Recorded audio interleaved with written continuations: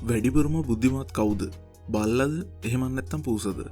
මේ ප්‍රශ්නේ ඉතින් ඉස්සරින් ධම්ම සත්තුන්ට ආදරය කරන කෙනකින් ඇහුවොත් ටිකක් හිර වෙන ප්‍රශ්නයක්නේ. මොකද මේ දෙන්නටම ආවේනික වෙච්ච හැකියාවන් තියෙනවා. අනිත් එක Taman වැඩිපුරම කැමති පූසන්ට නම් ගොඩක් වෙලාවට එයාගේ උත්තරේ වෙන්නේ වැඩිපුරම මොලේ තියෙන පූසට කියන එක. බල්ලන්ට ආදරය කරන කෙනෙක් ඕකේ අනිත් පැත්ත. ඉතින් මේ වීඩියෝ එකෙන් අපි මේ ප්‍රශ්නෙට උත්තරයක් විද්‍යාත්මකව ගන්න බලමු. මොකද මේ දෙන්න ගැන අතීතයේ ඉඳන්ම සෑහෙන රිසර්ච් කරලා තියෙනවානේ. මේ ප්‍රශ්නෙට උත්තර හොයද්දී අපි මුලින්ම තේරුම් ගන්න ඕනේ බුද්ධි මට්ටම කියන එක එක දෙයක් මත විතරක් රඳාපවතින දෙයක් නෙවෙයි. ඉන්ටෙලිජන්ස් කියන්නේ හැකියාවන් ගොඩක එකතුවක්. ඒ අතර ප්‍රධාන හැකියාවන් කීපයක් තමයි ප්‍රොබ්ලම් සෝල්වින්, සෝෂල් ස්කිල්ස්, මෙමරි සහ ඇඩැප්ටබිලිටි කියන්නේ. ඉතින් අපි බලමු මේ එකින් එක අරන් අපේ මේ සුරතුළුන් දෙන්නගෙන් කවුද දක්ෂයා කියලා. මේ ප්‍රොබ්ලම් සෝල්වින් ස්කිල් එක, ඒ කියන්නේ පසල් එකක් විසඳන්න වගේ දෙයක් පූසෙට්ට සහ බල්ලෙට්ට දුන්නොත් මේ දෙන්නගෙන් පූස තමයි තනියම කොහොම හරි මේක විසඳන්න ක්‍රමයක් හොයාගන්නේ ගොඩක් වෙලාවට. බල්ලෝ ගොඩක් වෙලාවට මිනිසුන්ගේ ගයිඩන්ස් එක බලාපොරොත්තු වෙනවා ඒ වගේ දෙයකදී. පූසෝ කැමති තනියම වැඩ කරන්න. එයාලා පසල් එකක් සෝල්ව් කරද්දී වුණත් එක එක විදිහට try කරලා බලනවා කොහොමද මේක ගොඩ දාගන්න පුළුවන් කියලා. බල්ලෝ බලන් ඉන්නේ ගොඩක් වෙලාවට අපි යාට ඒක කරන විදිහ කියනකම්. ඉතින් ප්‍රොබ්ලම් සෝල්වින් එකේ දිනුම යන්නේ පූසට.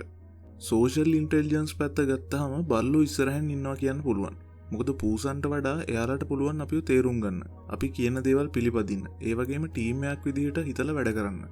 මේක නිසානේ අපි කලින් වීඩියෝ එකක කතා කරා වගේ ජර්මන් ෂෙපර්ඩ්, රොට්වයිලර් වගේ බ්‍රීඩ්ස් ගොවිපළවල සතුන්වත් පාලනයට අරන් තින්නේ. ඉතින් පූසන්ට අපි කියන දේවල් තේරුම් ගන්න තියෙන හැකියාව බල්ලන්ට සාපේක්ෂව අඩුයි. එයාලා කැමති තනියම ඉන්න. මේ දේවල් එක සෝෂල් ඉන්ටෙලිජන්ස් වලට දිනුම යන්නේ බල්ලන්ට. මෙමරි එක ගැන කතා කරොත් අපේ වගේම මතකයේ ෂෝට් ඇන්ඩ් ලොන්ග් ටර්ම් නැත්තම් කෙටිකාලීන සහ දිගුකාලීන කියලා එයාලගෙත් බෙදනවනේ. ඉතින් ඔයා හිතන්නකෝ ඔයාලගේ ගෙදර පූසෙකුයි බල්ලෙකුයි ඉන්නවා කියලා. ගෙදර මොකක් හරි කාලා හරි වැරදි වැඩක් කරලා දෙන්නටම ගැහුවා කියන්නකෝ උදේ 10ට විතර. ඔයා හිතන විදිහට හවස් වෙද්දි මේ සිද්ධිය මතක මේ දෙන්නගෙන් කාටද? ගොඩක් දුරට ඔයාලගේ බල්ලට හවස් වෙද්දි මේක මතක නැහැ. මොකද එයාලගේ කෙටිකාලීන මතකයේ විනාඩි 5ක් වගේ කියලා තමයි රිසර්චර්ස්ලා කියන්නේ. ඒක නිසා තමයි කලින් කරපු වැරද්දකට පස්සේ ගහලා වැඩක් නැත්තේ. එයාලා දන්නේවත් නැහැ ඇයි ගහන්නේ කියලා. හැබැයි පූසන්ගේ ෂෝට් ටර්ම් මෙමරි එක පැය 16ක් විතර තියෙනවා කියලා හොයාගෙන තිනවා. ඒක නිසා තමයි පූසෝ බය නැතුව ඕන අස්සක රින්ගන්නේ. මොකද එයාලට ආපහු එන පාර මතකයි. ලොන්ග් ටර්ම් මෙමරි එක ගත්තොත් මේ දෙගොල්ලන්ටම ලොකු කාලයක් සමහර විට මරණකම් වුණත් එක එක සිදුවීම්, පුද්ගලයන්ගේ මූණ, තමන්ගේ ස්වාමියාගේ කටහඬ වගේ දේවල් මතක තියාගන්න පුළුවන්. එක රීසර්ච් එකකින් කියනවා අවුරුදු 10කට පස්සේ තමන්ගේ ස්වාමියාගේ කටහඬ මතක තිබ්බ පූසෙක් ගැන.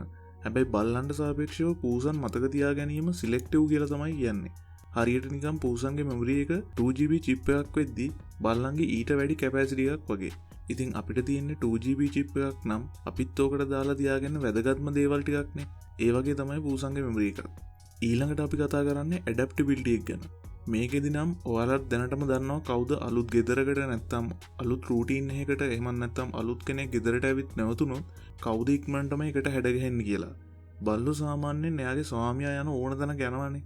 අලුත් ගෙදරකට ගියත් එයාගේ වටේ පරණ පුරුදු සෙට් එකක ඉන්නවා නම් එයාට ඒක නෝමල් වෙනවා ටික දවසක් යද්දී.